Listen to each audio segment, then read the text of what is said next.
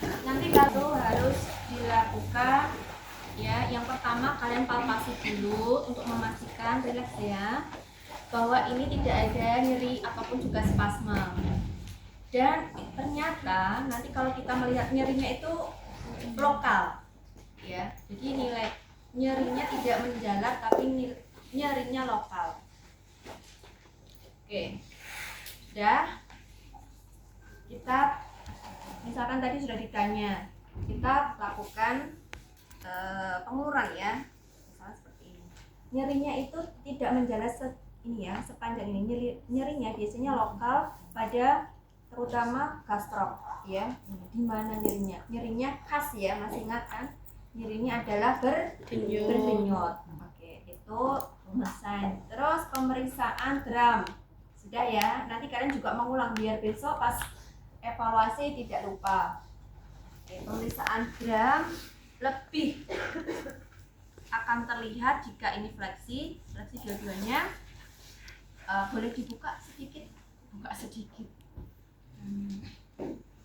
Oke, ya. Kemudian diikuti fleksi leher.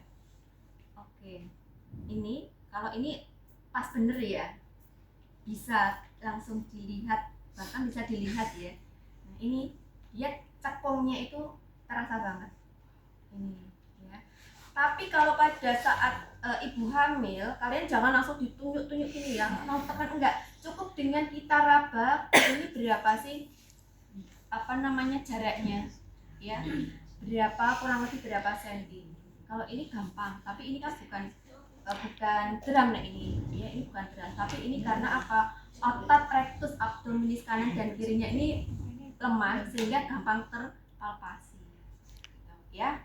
Oke, bisa ya. Yang kedua, terus pemeriksaan berikutnya yaitu pengawal elastisitas atau kekuatan ya.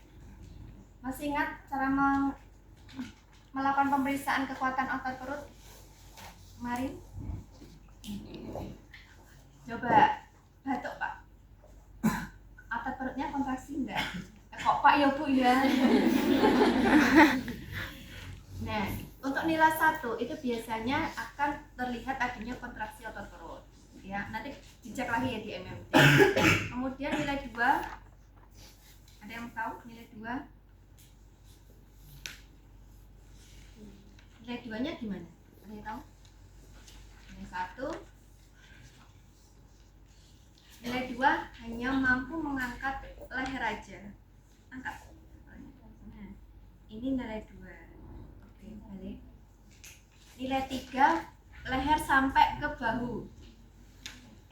Tapi jangan terlalu aneh ya. Sampai, yang penting baunya agak terangkat gitu. Oke, ini nilai 3. Oke. Sudah cukup. Nilai 4, tangannya di belakang, angkat. 4. Ya nek iki sehat ya, nek ibu setelah ini enggak mungkin kuat. Berdek gitu, gemetar. Nah, itu. Nilai 5, silahkan. Oke, angkat lagi. Oke, seperti ini ya. Tapi juga enggak harus terlalu tinggi. Nilai 5. Bisa ya? Oke, pemeriksaan sudah. Kemudian untuk yang ST yang pastinya drum belum bisa saat di rumah sakit ya, drum belum bisa. Kemudian otot perut itu bisa ya.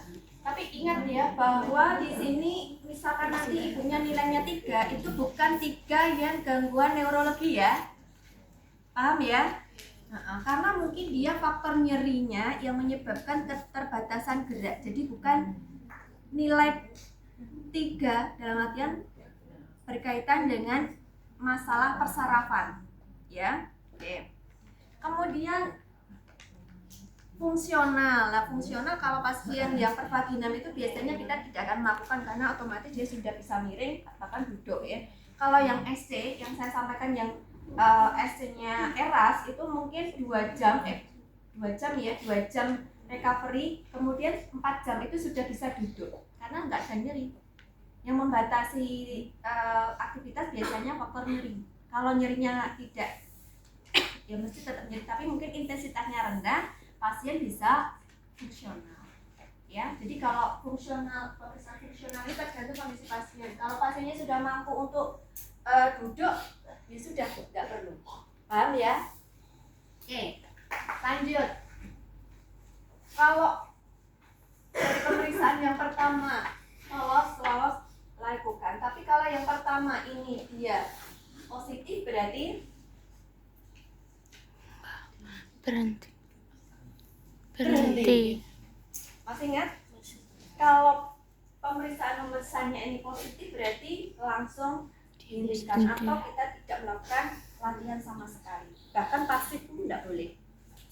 Oke, kita masuk sesi latihan ya. Latihan yang pertama itu hampir sama ya.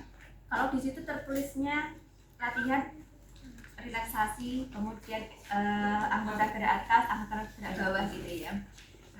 Itu sebetulnya bisa kalian susun seperti yang kemarin. Latihan anggota gerak atas itu apa saja yang bisa dilakukan, tujuannya untuk apa, latihan anggota gerak bawah itu apa saja. Ya, oke. Yang pertama sama dengan kemarin, yaitu aktif pada tungkai bawah. Nanti kakinya diputar-putar ya Mas, badan kanan kiri. Oke, kanan kiri. Nah. Kalau ini pasien masih di bed, latihannya seperti ini ya. Oke, hampir sama dengan latihan prenatal. Kemudian tekuk lagi, ini tekuk satu aja, tekuk lurus. Oke, turun, tekuk lagi, lurus 2 kali 8 misalkan sudah satunya. Oke, lagi kan hampir sama ya. Jadi gerakan yang kemarin untuk ibu prenatal bisa diberikan untuk postnatal. Bedanya apa? Sebetulnya bedanya itu di tujuannya. Kalau prenatal itu kan mempersiapkan, ya enggak. Tapi kalau postnatal berarti apa? Lebih fokusnya ke apa? Pemulihan. Betul. Satu, mengembalikan organ-organ reproduksi. Mengembalikan ya, mengembalikan fungsi dari organ reproduksi. Yang kedua, Meningkatkan aktivitas fungsional. betul, meningkatkan aktivitas fungsional. Ini lebih ke fisik ya. AKS tahu ya, AKS ya. Aktivitas keseharian, aktivitas fungsional. Jadi intinya ini adalah latihan ke fisiknya. Coba singkat AKS, bahasanya aktivitas fungsional ya. Oke. Jadi latihan ini sebetulnya langsung boleh ke fungsionalnya. Paham ya? Atas pun juga sama kayak kemarin. Nah, sama. Turun Mas. Angkat lagi. Turun lagi. 2 kali 8 turun. Sudah cukup? Kemudian setelah anggota gerak atas dan bawah, kita langsung ke fungsi-fungsi yang bermasalah. Contohnya adalah otot dasar panggul. Berarti latihan kegel misalkan. Latihan kegel bisa? Bisa. Latihan kegel itu seperti nahan pipis. Nah, ini silakan. Boleh disilakan, boleh tidak. Tapi lebih gampang kalau pasien awal itu latihannya disilakan. Ya. Oke. Kontraksikan otot dasar panggulnya dengan ini ya Bu ya, seperti nahan pipis. Oke ya. Oke, mulai. 4, 5, 6, 7, 8. Masih ingat enggak? Dosis untuk latihan penguatan otot dasar panggul. 8 kali hitungan diulang berapa kali? 3 sesi. Ada yang melakukan penelitian yang paling ini ya, memberikan efek itu adalah 10 kali 10. Ya, 10 hitungan. Ya. Kemudian relaksasi 10 hitungan diulang 10 kali. Ya. 1, 2, 3, 4, 5, 6, 7, 8, 9, 10. Relax. Diulang lagi sampai 10 kali. Ya, jadi kan 100 kali. Ya. Oke. Ya. Kemudian otot dasar panggul sudah, otot perut sama. Otot perut atas, otot perut atas, otot perut bawah. Tapi pada pasien yang SD, otot perut bawah masih sakit. Jadi latihannya cukup yang ringan aja, dengan mungkin angkat lehernya. Nah, ini kan otot perut atas. Ya. Balik lagi. Ulangi lagi. Oke, ini otot perut atas. Oke. Kalau yang pervagina bisa dikombinasikan otot perut bawah. Berarti ini diangkat ya Bu, angkat, kemudian tahan 1, 2, 3, 4, 5, 6, 7, 8. Bertahap ya, kalau ini sudah mampu. Terus dua-duanya, kalau dua-duanya jangan dari bawah, berat. Biasanya tekuk dulu, masih ingat tekuk, terus diangkat. Oke, tahan 1, 2, 3, 4, 5, 6, 7, 8. Bener ya, berdek kan? Oke. Ya. Jadi kalau untuk yang SC untuk awal cukup otot perut atas, tapi yang pervagina kalau sudah mampu otot perut atas bawah bisa diberikan. Oke. Kemudian rotasi, pelvic dulu ya, pelvic tilting boleh. Kemudian ini tadi juga apa namanya, latihan bridging boleh diberikan. Bridging Mas, bridging Bu, sebentar. Kalau bridging itu supaya mudah, ini geser ini lebih dekat dengan pantat, itu akan lebih gampang. Angkat pantatnya. Ya, 1, 2, 3, 4, 5, 6, 7, 8. Oke. Ulangi lagi. 1, 2, 3, 4, 5, 6, 7, 8. Ya. Sebetulnya posisinya itu kalau sudah fungsional boleh posisinya duduk ya, jadi tidak harus berbaring terus. Oke, sekarang posisinya duduk ya Bu ya. Miring no, ibu baru melahirkan itu nggak bisa miring dulu. Tapi kalau ibu yang SD, kalau memang dia belum duduk, latihannya bertahap ya. Seperti kalian mungkin sudah pernah disampaikan untuk pasien post OP, pasca operasi, latihannya bertahap, ya enggak? Miring dulu, terus balik duduk di tepi, duduk di bed, terus berdiri. Latihannya hampir sama ya kalau yang pasien yang masih bed rest. Paham ya? Saya ulangi sekali lagi. Pada pasien yang post SC yang masih bed rest, latihannya bertahap seperti pasien-pasien post-op pada umumnya. Miring dulu, kemudian posisi duduk sudah stabil, berdiri. Itu ya. Oke, sekarang pada posisi duduk ini bisa dilakukan apa aja? Mobilisasi terang. Mobilisasi terang posisi itu bisa seperti ini Mas. Ini ngocok bentar. Ya, 1, 2, 3, 4, 5, 6, 7, 8. Oke. Balik satunya. Oke, 1, 2, 3. Tapi upayakan ini, kalau ini misalkan ada sayatan, jangan ikut rotasi. Jadi cukup seperti ini aja. Ya. Yang penting kan terangnya, tapi perutnya ini kan nggak ikut rotasi. Ya. Nah, yang pervagina nggak masalah. Tapi kalau yang SC ini jangan ikut rotasi, mesti sakit. 1, 2, 3, 4, 5, 6, 7, 8. Sama. 1, 2, 3, 4, 5, 6, 7, 8. Oke. Sudah? Kemudian posisi seperti merangkak.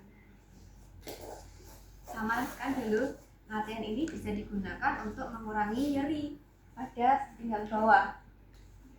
Masih ingat ini latihannya? Oke. Cembung cekongan ya. Ya, cembung. 1, 2, 3, 4, 5, 6, 7, 8. Cekung. Iya, lagi. Iya. Lagi. Cembungkan. Lagi turun. Ini boleh kalian modifikasi. Ya. Ini saya cuma memberikan bentuk latihan yang tujuannya adalah untuk mengurangi apa?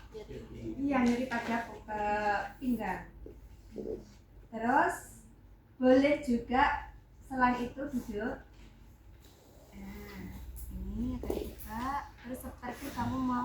sujud itu juga boleh. Terus tapi ini SC jangan dulu ya. Seperti sujud Mas. Lurus meraih sejauh-jauhnya. Iya. Ini sakit loh ya, ini SC loh ya. Maka ini tidak diberikan. Oke, balik lagi. Oke. Terus latihan apa lagi? Latihan relaksasi. Kalau relaksasi itu lebih kalau post operasi mengurangi nyeri. Kalau yang ibu setelah melahirkan vagina biasanya ya untuk proses apa namanya kan capek, kemudian kadang-kadang lemes itu ya untuk recovery. Tarik nafas, hembuskan, tarik nafas, hembuskan seperti ini boleh. Ya, nah kembangkan ya, perutnya. Nah, seperti ini juga boleh. Ini kan relaksasi. Sekali lagi, kalau ibu yang pasca SC ini bisa digunakan untuk mengurangi nyeri, ya relaksasi. Terus latihan yang tidak kalah penting yang di sini nggak masuk itu sebetulnya latihan jongkok berdiri. Ya, ini fungsional. Pada pasien pervaginam pun sebetulnya ini juga ada masalah. Ya, karena akibat episiotomi, ibu itu mau jongkok takut. Pada saat BAB itu kadang-kadang ditunda karena takut nanti sakit pada saat BAB. Sini Mas. Latihannya nanti seperti kalau kamu mau jongkok ini ya, pelan-pelan. Nah ini ternyata saya juga merasakan sendiri. Ya. Jongkok. Ya, Bapak ya, soalnya kamu menghayati gitu ya. Menghayati. Ya pelan, tahan. Lurus. Oke, siap. 1, 2, 3, 4, 5, 6, 7, 8. Ini pentingnya, tapi ini jarang diedukasikan ke pasien, baik itu bidan atau perawat. Karena apa? Ya dianggap bahwa kayak seperti itu mungkin pasien nggak masalah, tapi masalah benar. Saya merasakan karena adanya sayatan episiotomi ya, mau BAB itu sakit, jadi sudah takut dulu.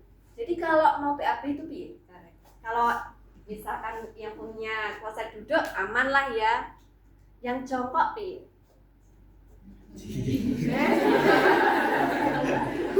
jongkok ke masalah. Saya itu baru bisa jongkok itu setelah 3 minggu pas melahirkan, itu kadang masih takut ya, hampir 1 bulan. Karena apa? Takut tadi, karena kalau kita jongkok kan sakit. Kalau justru yang pasca SC jongkok nggak masalah ya. Oke, latihan ini penting untuk edukasi. Jongkok, latihan jongkok lurus. Oke, tahan. Ini kan di sini kan nyeri sebetulnya, tapi memang harus dilatih. 1, 2, 3, 4, 5, 6, 7, 8 berdiri. Ini ya edukasinya yang tidak diberikan, tapi ini sangat penting juga. Ingat itu ada teman itu karena nggak tahu, terus kalau BAB mau jongkok takut akhirnya kadang gelosor ya kayak duduk, jadi nggak jongkoknya malah diduduki itunya, karena tempat klosetnya kan nggak yang duduk, jadi diduduki. Kalau biskot kamu dia kan bisa ke kamar mandi, kecuali kalau pas nggak bisa ke kamar mandi pakai biskot. Malah justru nggak bisa, kalau bisa jalan pakai biskot malah nggak bisa keluar. Ya, kalau itu karena kondisi tertentu yang di bed ya. Nah, ya itu memang beberapa orang ya itu masalah. Gitu. Jadi memang latihan jongkok berdiri ini sangat penting. Oke, itu ya. Oke, kemudian apalagi? Kalau ini latihannya sudah ya, latihan yang ini sudah. Apalagi kira-kira yang perlu kita berikan juga yang belum masuk sini? Karena kita nggak melakukan pemeriksaan ini. Contohnya apa? Pasca melahirkan itu kan belum tentu asinya langsung keluar kan ya. Ada yang ada langsung bayi keluar berapa jam duduk dulu, asinya keluar. Bahkan ada yang bayinya belum lahir asinya sudah keluar. Tapi kebanyakan ASI itu tidak bisa langsung keluar, biasanya 2 kali 24 jam atau ya 1 kali 24 jam atau 2 kali 24 jam. Berarti 1 atau 2 hari baru keluar ya. Nah, kalau kita tahu ya caranya bagaimana supaya membantu ASI ini bisa keluar. Ada dibayangin neko-nekonya, aku sudah ini. Ya, massage. Yang perlu kita lakukan adalah yang pertama kompres dulu, kontraspad atau kontraspad. Panas, dingin, diakhiri dengan hangat ya, coba panas hangat. Nanti kompres pakai mungkin handuk atau juga slap ya, dikompres dulu.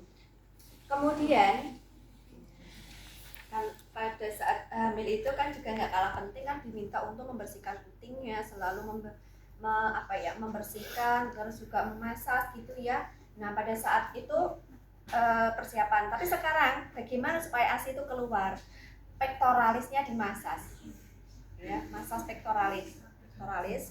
Kemudian juga diminta untuk melakukan senam, ya. Bagaimana caranya? Seperti ini. Kalian tekan ini kan pektoralisnya. Bisa nggak? Ini dorong ke sana, ini dorong ke sana. Kontraksi nggak pektoralisnya? Nah itu untuk membantu ya untuk ya kontraksi pada otot pektoralisnya. Ya. Bisa? Tangan ini dorong ke sana, tangan ini dorong ke sana. Kan otot pektoralisnya juga berkontraksi. Ya. Oke. Sudah, kemudian pektoralisnya dimasas, semua arahnya menuju ke mami atau ke nipple. Ya. Kalau dari bawah menujunya ke atas, kalau dari atas menuju ke bawah, samping menuju ke, jadi pusatnya itu adalah nipple-nya atau putingnya. Bisa dibayangkan ya, jangan dibayangkan. Oke. Kemudian kalau sudah belakang juga menghadap ke sana. Ini juga nggak kalah penting ya. Relaksasikan pada para vertebra. Berarti kan ini tulang vertebra. Satu jari ya, berarti 1 cm kanan dan kirinya. Ini sepanjang para vertebra ini kamu berikan friction. Jadi di friction ya. Friction kanan kiri. Kenapa kok di sini? Karena di sini ini banyak titik-titik ya penghasil hormon oksitosin. Titik-titiknya di sini itu nanti dia akan merangsang ya hormon oksitosin. Kalian tahu kan hormon oksitosin itu fungsinya adalah ya hormon yang membantu mengeluarkan ASI. Ya, mengeluarkan. Jadi boleh kalian friction kanan kiri seperti ini. Kalau nggak kuat bisa pakai ini gitu ya. Ini adalah massage oksitosin. Sekarang kan banyak ya klinik-klinik ini Ibu Ana itu ada program massage oksitosin, ada juga massage ada yang pernah mendengar itu Mom and Kids itu loh, kan kliniknya itu banyak banget programnya, massage oksitosin, kemudian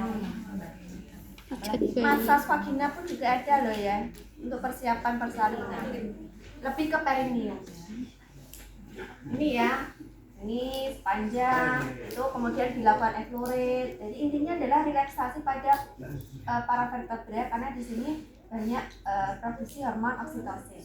Itu ya, hormon oksitosin membuat ibunya nyaman sehingga produksi ASI-nya banyak keluar. Itu ya. Oke. Nah ini silakan duduk di rumah. Oke. Sampai di sini ada yang mau ditanyakan? Kontraspadnya itu di maminya, di pektoralis sama di maminya. Kalau yang di sini tadi lebih ke masasnya, effluoride, kemudian prison gitu ya, para vertebra tadi. Oh itu biar itu Bu asinya keluar itu dimasak sendiri ya? Sebetulnya sendiri bisa, tapi kalau orang awam kan nggak tahu, ya. Nah itu tadi kita ngomongnya adalah ibu yang hamil itu bisa melakukan sendiri, masak sendiri. Tapi nek belakang nggak bisa, suaminya yang masak, ya. Tapi kalau di klinik itu biasanya yang melakukan biasanya bidan. Tapi kita kalau untuk masak payudara sendiri itu bisa. Makanya tadi edukasi, ya lebih ke edukasi untuk ibu yang melahirkan itu keluar ya. Nah kalau sekarang keluar banyak tapi terjadi pembendungan, maksudnya produksinya banyak tetapi keluarnya sedikit, kan bendung ya.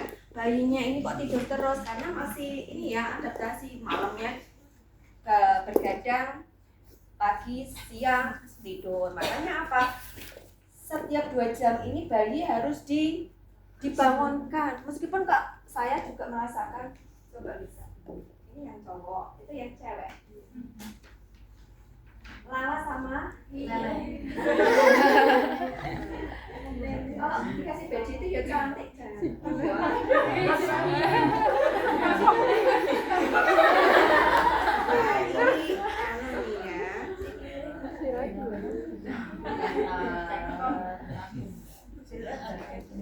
Kalau ini anak seperti ini sudah berapa bulan? Kalau baru lahir itu kecil gitu ya, mau gendong aja takut nek jatuh.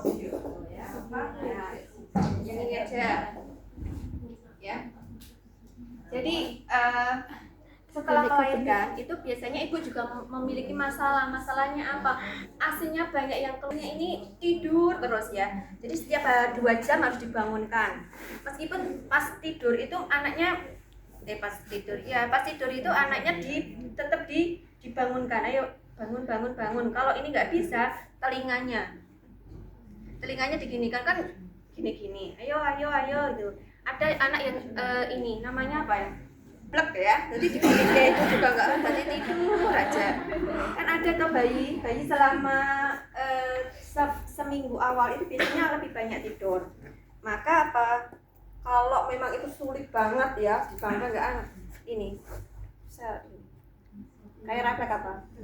Iya, ini kan nggak nyaman dia, nggak nyaman bangun. Lah kok ijek kan bagaimana caranya supaya dia itu bangun, gitu ya?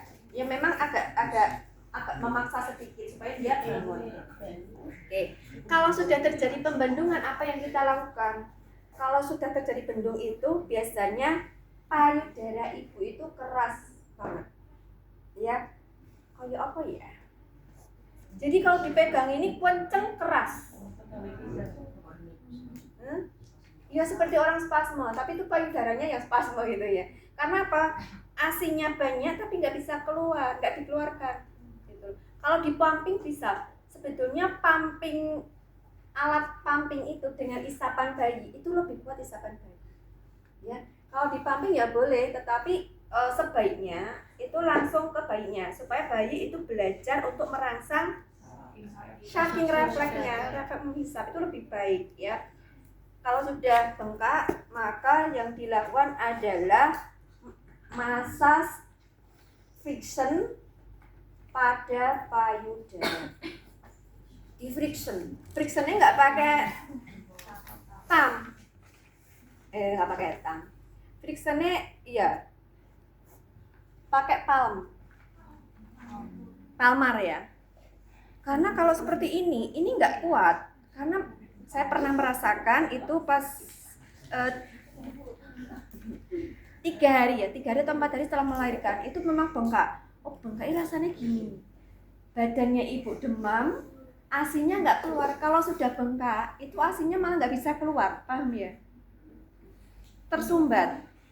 Terus akhirnya bingung kan, mau dipumping supaya bisa keluar, malah nggak bisa keluar, tambah bengkak. Akhirnya sama bidan itu dimasas, terus di friction tapi menghantam ini. Astagfirullahaladzim, wah sakitnya luar biasa. Saya nangis karena memang itu ya kayak dipaksa. Tapi kalau ini nanti sudah relax ya, bisa keluar itu rasanya kayak plong gitu ya. Ya asik kalau sudah keluar itu rasanya kayak keluar itu plong gitu ya. Kalian bisa bayangkan kalau kalian bengkak kan nut ya, nah itu kalau bengkak pada payudara hampir sama seperti itu ya. Makanya dimasas, kontras pad dulu dimasas, nah itu sama bidannya masasnya nggak gini, pakai ini. Oh iya saya nangis itu ya, nangis tenan itu sakit itu ya. Tapi habis itu relax kan, namanya relax, anak kan bisa menghisap. Kalau ini kenceng, anak itu nggak bisa menghisap karena dia harus dengan kekuatan yang kuat untuk bisa menghisap ASI ya, gitulah. Nah sekarang bagaimana cara untuk memberikan ASI yang benar? Siapa yang tahu? Meskipun belum pernah tapi mungkin melihat YouTube, lihat orang gitu. Ada yang tahu? Cara gendong anak itu sekarang seperti ini loh ya. Bayi. Saya dulu anaknya kok digendong kok seolah-olah kayak ini ya, kurang sayang gitu. Sama gendong anak seperti ini loh. Jadi dokter anak siapa itu ya? Cowok itu memang disarankan gendong anak seperti ini. Terus nanti kalau mau digoda seperti ini. Ya, kalau dia sudah bisa ekstensi neck, sebaiknya kalau gendong seperti ini. Kalau ini sudah bisa seperti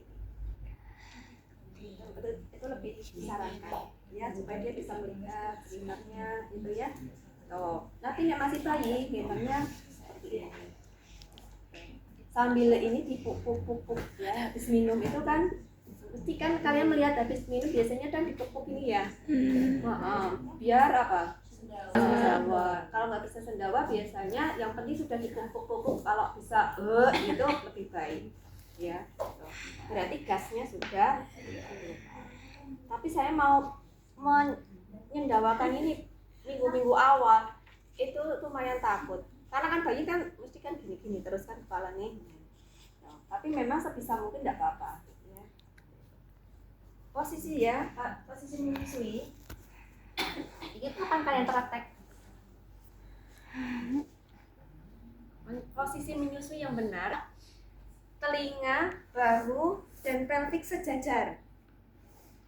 Telinga, bahu, pelvik ini sejajar, miring ya. Misalkan kalau seperti ini ya miring. Kan ada kalian mungkin pernah melihat ibunya menyusui tapi badannya tegak, kepalanya aja yang miring. Ini nggak efektif. Kalian bisa bayangkan nggak? Maaf ya. Kalau kalian minum tapi nolak ini, enak nggak? Nggak bisa maksimal. Begitu juga sebetulnya dengan bayi. Kalau minum itu harusnya seperti ini, ya. Ibunya itu nggak boleh bungkuk. Justru bayinya yang diangkat, boleh di sini diganjel bantal atau guling itu boleh ya. Posisinya sejajar ini ya. Oke. Dan yang kalian perlu perhatikan juga, pada saat bayi ini minum ASI ya, semua nimpelnya harus masuk ke mulut bayi. Kan ada bayi yang mungkin awal-awal biasanya kan cuma kayak permen itu ya, permen sunduk ya, itu kan cuma di itu salah. Harusnya mulutnya itu semuanya ini ya, nimpelnya itu bisa masuk ke mulut bayi semua. Jadi kadang-kadang ini sampai melendung gitu. Itu yang benar. Karena apa? Kalian tahu enggak? Kelenjar ASI itu diproduksinya di mana?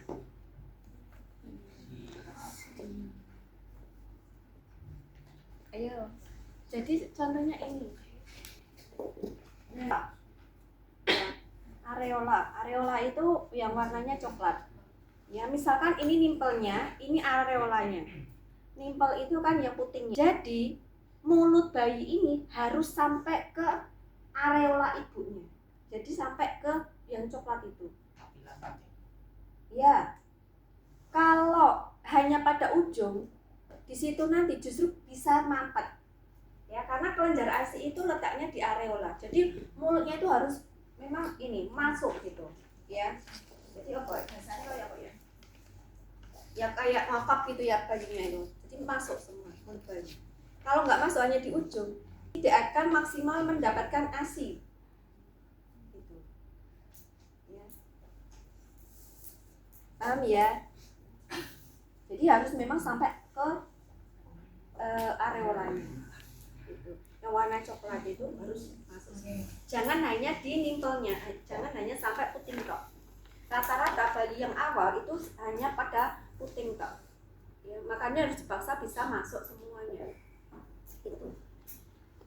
Ya, karena kelenjar ASInya itu letaknya di areola. Udah ya. Oke. Nah, dari situ ada yang mau ditanyakan?